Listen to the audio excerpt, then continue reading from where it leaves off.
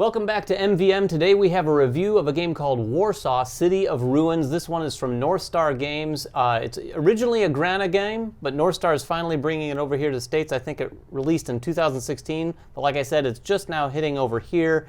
It is a tile drafting, tile placement game. Yeah, 2 to 4 players, originally called Capital, Yeah. released in 2016.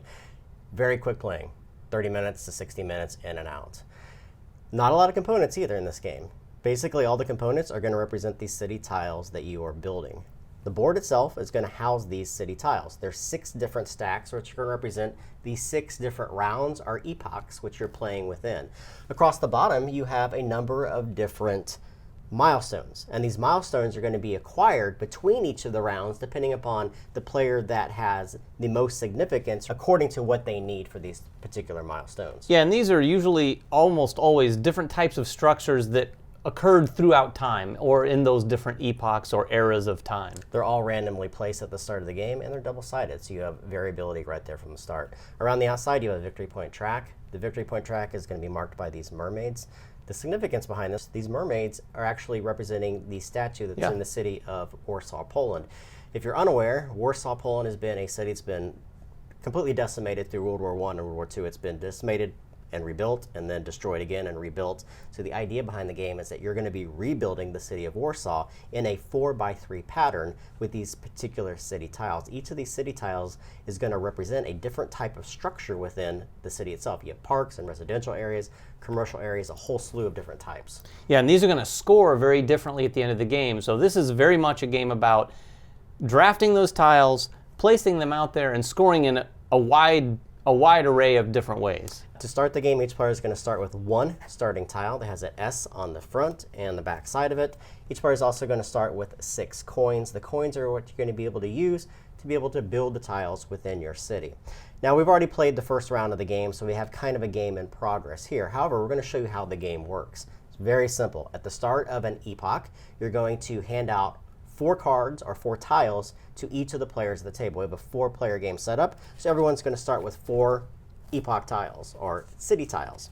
Then you're simply going to pick one of these tiles, put it face down in front of you, put the other ones off to your side, and then once that's done, everyone is going to then have one of 2 options they get to take with this tile. Yeah, you can either reveal it and place it somewhere in your city, again, following those rules of it being a 4x3 grid. Now that 4x3 doesn't have to be 4 wide and 3 tall. It can be however you want, but it needs to be 4x3, unless, of course, you have a tile that allows you to break those rules. Yes. The other thing you can do with it is simply discard that tile for some money. Now, one of the very cool things about the game, as you progress through the epochs, you're going to notice that your city is limited by that 4x3 structure. You can overbuild your tiles. Anytime you wish to overbuild, that's simply taking the tile that you have and placing it over top of another tile. You do get a discount if the tile that you have and the tile below have a difference of price. So for example, if I place this one over top of this one costs 4, this one costs 3, I actually have to pay $1 to the bank in order to place this over top. Yeah, the overbuilding is really something you're going to have to do, obviously. Yep.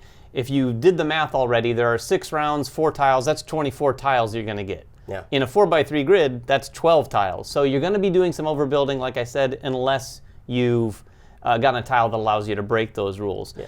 The trick is trying to get that engine to convert some of what you've done in the first part of the game over to a point scoring engine. Yep, so basically all of these tiles are going to do one of 2 different things. They're either going to grant you money, which are going to help build that engine and allow you to buy and build new types of tiles, or they're going to give you straight up victory points for their adjacency to other types of tiles within the game.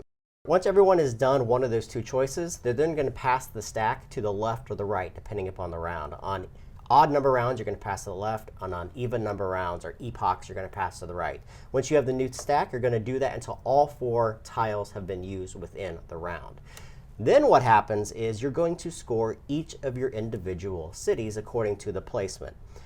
This is how things score, and there's a variety of different things. And we'll go through them because they're pretty important to the actual gameplay structure itself. The first thing you're going to score for are for your green areas. These are called your parks. You're going to score just 1 park, and your biggest park, or whichever 1 park you wish to score. And you're going to look at all the reds that are next to them. Your reds are your residential areas, and that makes sense. You want to have residential areas next to parks.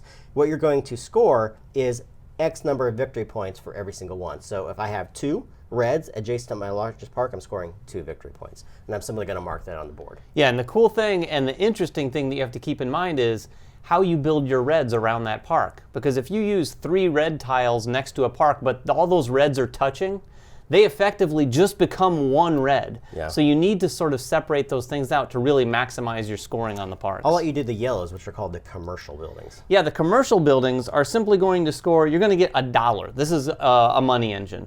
For any yellow area, you're going to get $1 for every red area or residential area near that commercial section, which makes sense. You want residences near a commercial center. So again, the red sections have to be separate. If you build your reds all together, you're not going to get as much money. I have a purple area. This is a culture area. Think of like museums or city structures of some sort. Those are simply going to score the flat out number of victory points that are on that tile. So the more purples you have, and whatever they say on them, the more victory points you're going to score for them. Blues, which you don't see on the board at all, don't even appear until the 3rd epoch. Yeah, the blue areas are industrial, and like industrial areas, you don't want to build them next to residences, but these are going to give you straight up money that's printed right on the tile. However, for every residential area next to it, you're going to decrease that by $1. So you don't want a factory right next to their neighborhoods. Right. And also on that one, you have transportation, so you might as well show that one as well. Yeah, there's a little transportation icon here, and this is kind of an interesting way of scoring. At a certain point, you're going to see these icons show up on some of the tiles. When you build out your city, you're going to be able to score victory points for at least having 2 of those that are separated. They can't be adjacent to one another. As soon as you have at least 2 of those, you're going to get 2 victory points. Now, the final way to score points, victory points, or money is through the milestones or the public buildings. I don't have one. You have one in front of you. Yeah, these public buildings are going to come out in the different rounds, less in the early rounds, and then in the final round, there's actually quite a few of these public buildings. They're very similar to these tiles on the board. These are going to be sort of not necessarily rule-breaking tiles, but tiles that give you maybe some extra points for different types of approaches you have to building your city. For instance, this one here says, whenever I discard a tile, I gain $5 instead of the normal value. That's huge. Yeah, I had that in one of my games, and it was fantastic. Now, there's 2 other rules you need to know about the game. Number 1, between each of the rounds, so between the first and the second round, once everyone is done scoring, you're going to look at the milestone and see whoever accomplishes that particular one. In this case, it says whoever has the fewest of any type of city structure in the area is going to collect that tile and immediately build it in. Only one person can claim these. If there's a tie, no one claims the tile. The other thing that happens is between the 3rd and the 4th, and then the 4th and the 5th, you're going to have World War I and World War II.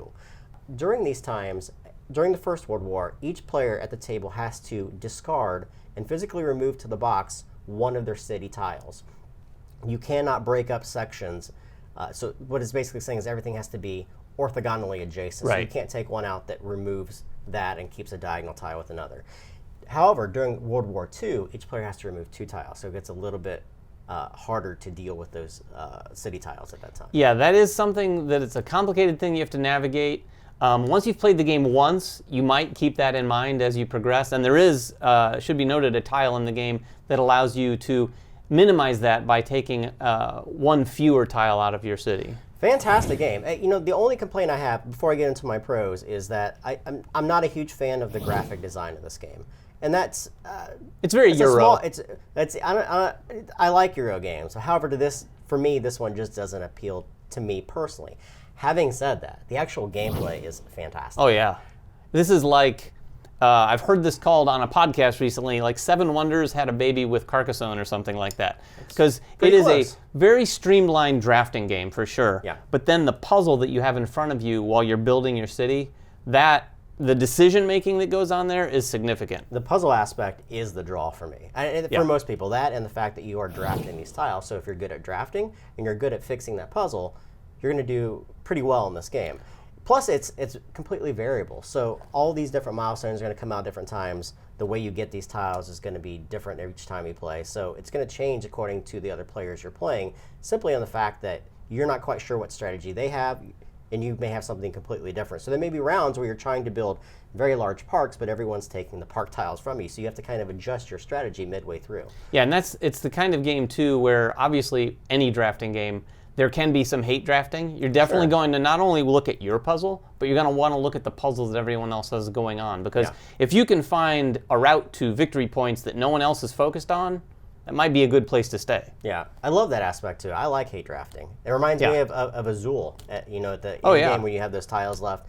Just to get that same type of feeling. Fantastic game, extremely easy to teach to anybody. I mean, literally anybody can play this game. Yeah, super easy to teach, super fast to play. This is the kind of game too that even though it's 6 rounds, you could play this and I can absolutely see a group saying, let's play it again really quick. Like it's that fast and that satisfying. There's not many games out there that have such a sort of small footprint, easy to play, fast to play, with as much sort of good thinky depth. Yeah, that's a good point. It does have an amount of depth to it that you don't recognize the first time that you play it.